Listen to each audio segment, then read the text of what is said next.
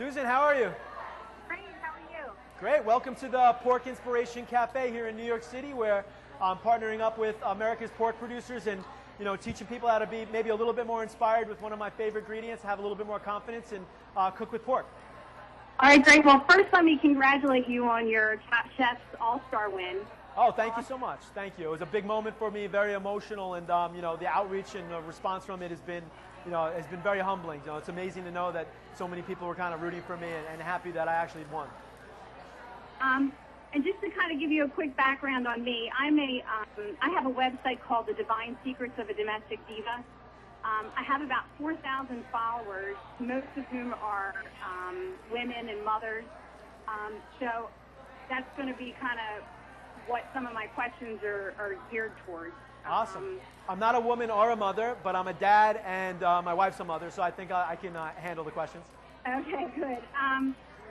So before I get into some of the recipes, can you tell me a little bit about the campaign, the Be Inspired campaign? Sure. Well, I'm here today at the Pork Inspiration Cafe. I'm here in New York City. You can probably hear it. We got about 1,000 people coming through today and really showcasing 5 different recipes that I've done. And really the food is all free, which is pretty amazing. And we're doing a bunch of demonstrations, talking to people about how to cook a little bit more inspired, be a little bit more creative in the kitchen. But the neat part about it, outside of what I'm doing in New York City today, is that everyone can be a part of it. If they go to porkbeinspired.com or go to the Facebook page for porkbeinspired.com, every time that they click on a website, they're actually donating one of 125,000 meals that are being donated for Feeding America. So great cause. We're cooking, we're having fun, we're talking about inspiration, but that's what it's all about. That's awesome. Actually, I did already go on and like the page, and I'm definitely going to share that with my readers. Oh, that means a lot. Thank you so much. And now, I know you personally hear from some of your more avant-garde culinary techniques, but is there one pork dish that you think makes a perfect family dinner, something that's easy to prepare?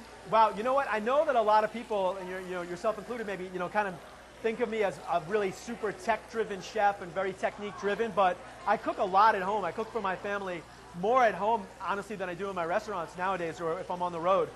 So all of the recipes that I'm doing today, I'll show you 1 or 2, are very easy to cook at home and things that I would consider mildly creative or creative enough for anyone to do. And the first one that I'll demonstrate for you is, the iconic pork chop. When I think of pork chops, I think of, my mom overcooking them, perhaps.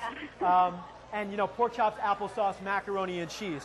And my take on that dish today is a pork chop that I have brined in some pear juice. So, and it could be whatever really you want to brine it in. But here it's some pear juice with a bunch of different spices, some cinnamon and peppercorns and celery seed. And brining really just increases the natural juiciness of the pork chop, and it also infuses some of the flavor of the herbs and spices that are in the brine. And you don't have to leave the pork chop in the brine for that long. Really, even just for an hour is more than adequate enough to kind of draw out that natural juiciness and add all of that flavor. So I've done that. I've also taken some pears, and I think you'll like this. This is just a pear that I put in a microwave with some plastic wrap over it and pureed it. So a really neat way to do not only a pear puree for a pork chop, but I have some really young kids. I have a 2-month-old, to do like fresh baby food. That's a really neat sort of mom cooking technique. Don't be afraid of like a fruit, microwave, baby food. So we have the puree and the brined pork chop, and over here I'm finishing the pork chop, and I've thrown in a little bit of a compound butter, and you don't have to. You can throw in a little bit of olive oil in there, and I'm also going to throw in a bunch of herbs, because I'm all about fresh herbs. I think it makes a lot of impact in your food, at home. And here, the herbs are going to kind of just cook in this butter as it sizzles away. And again, I'm going to baste this pork chop. And this is one of those things that if you go to a 3-star restaurant, this is what they're doing behind the scenes, They're cooking that pork chop, they're cooking that dish, and really paying a lot of attention to it, basting it. And this is something that a lot of cooks at home probably don't take the time to really do. And you can kind of see, I don't hate to use it. I've been using the word romantic for this. I feel like that looks romantic to me, and honestly, something that's very easy to do. And then after the pork chop's finished, we've served it with this macaroni and cheese. But again, a neat mom trick, I think, is that instead of using the cream or the bechamel in the macaroni and cheese, I've pureed cauliflower to replace it. So I'm kind of sneaking, when my kids love macaroni and cheese, but now I've kind of snuck in pureed cauliflower, giving them a lot of vegetables and kind of sneaking it in there. So one of that's awesome. That's a great tip. got it. One of many dishes, of course, that we're doing here at the cafe. And if your readership wants to see more recipes, they can go to porkbeinspired.com. I have 4 or 5 recipes on there. There's a ton of other recipes, and again, you're donating to a great cause as well. Yeah, and actually, one of your other recipes, my mouth was watering reading the ribs that you have up. Nice. But I've never cooked them before. For some reason, I find that to be kind of intimidating. I don't know if it's because I've, on occasion in restaurants, had ones that were too dry, so I've always kind of felt like that was too complex. Is there something, your recipe seems very easy to follow on the website, but is there something to avoid or something that someone should do to make the perfect rib? I think the first thing is don't be afraid. Like, I mean, that's it. I can teach anyone, just go out there and buy those ribs. The neat thing about ribs is, and this is about all pork products, but that the pork juices and the fat of pork is so forgiving. That's why chefs often turn to it, and why it's, my sort of protein of choice if I'm in a competition especially. But ribs are easy because they do have a good amount of natural fat on them.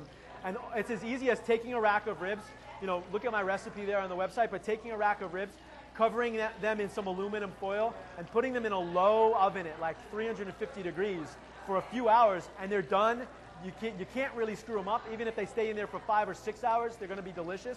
So ribs, it's true. Like, a lot of people are intimidated by it, but it's one of the easiest things of all of the recipes that I did for this to cook.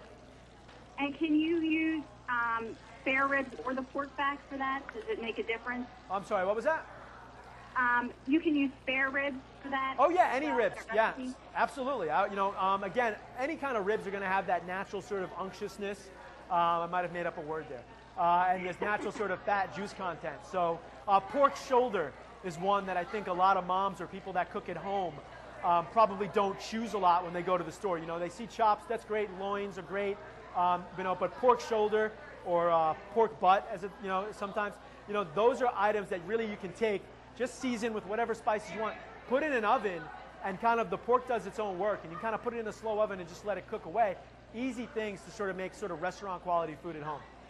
Okay, great. And one last quick question. When I told my family and friends that I was going to be talking to you, I live down in Delaware, and we're kind of in a Pennsylvania Dutch type area. They wanted to know if you've ever tried scrapple. I have not tried scrapple, but I have heard about it, and I need to get there as soon as I can so that I can try it, for sure.